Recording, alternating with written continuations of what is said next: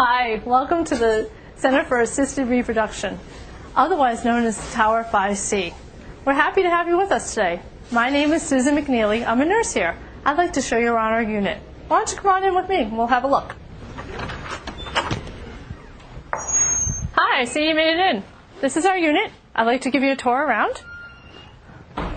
Right here is our nurses station. Usually this is full of doctors and nurses getting ready to care for you. Over here, we have all our pre-op and post-operative areas. Now I'd like to show them to you. This is the pre-operative area where you'll be admitted to. We'll have you change into a Johnny, such as this, opening in the back. We'll have you put a hat on your head and slippers on your feet. Your partner will have a seat right over here, right next to you, and is pretty much with you the whole time except when you go into the operating room. After you're changed, the nurses will come in and get a set of vitals on you and start an IV. And then the doctors will come in to meet you. You'll meet the doctors from the Center for Reproductive Medicine, and you'll also meet our anesthesiologists. Now we're going to take you into the OR so you can see what that's like. Follow me.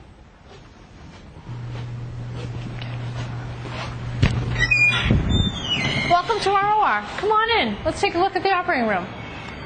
This is our operating room table where you'll lay down to have your eggs retrieved. We'll place your legs up in stirrups and then drape you all in blue sterile drapes. Our anesthesiologist will then be up here by your head, monitoring your vital signs during your egg retrieval. Our physicians, the reproductive endocrinologists, will then use this vaginal ultrasound to visualize your ovaries to drain all those beautiful follicles that you've grown during your cycle. Once we drain the follicular fluid, it gets handed off to the embryology lab.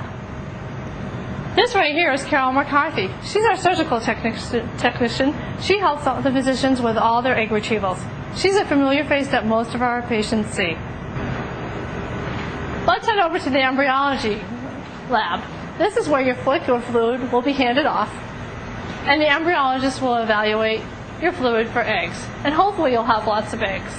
While you're in here having your egg retrieval, your partner will be off in the men's lounge producing his sample. And hopefully tonight when you go home, your embryos will start to form. The egg retrieval, from the time that you walk into the OR to the time that we place you on the stretcher to bring you back out to the recovery room, takes about half an hour to 45 minutes.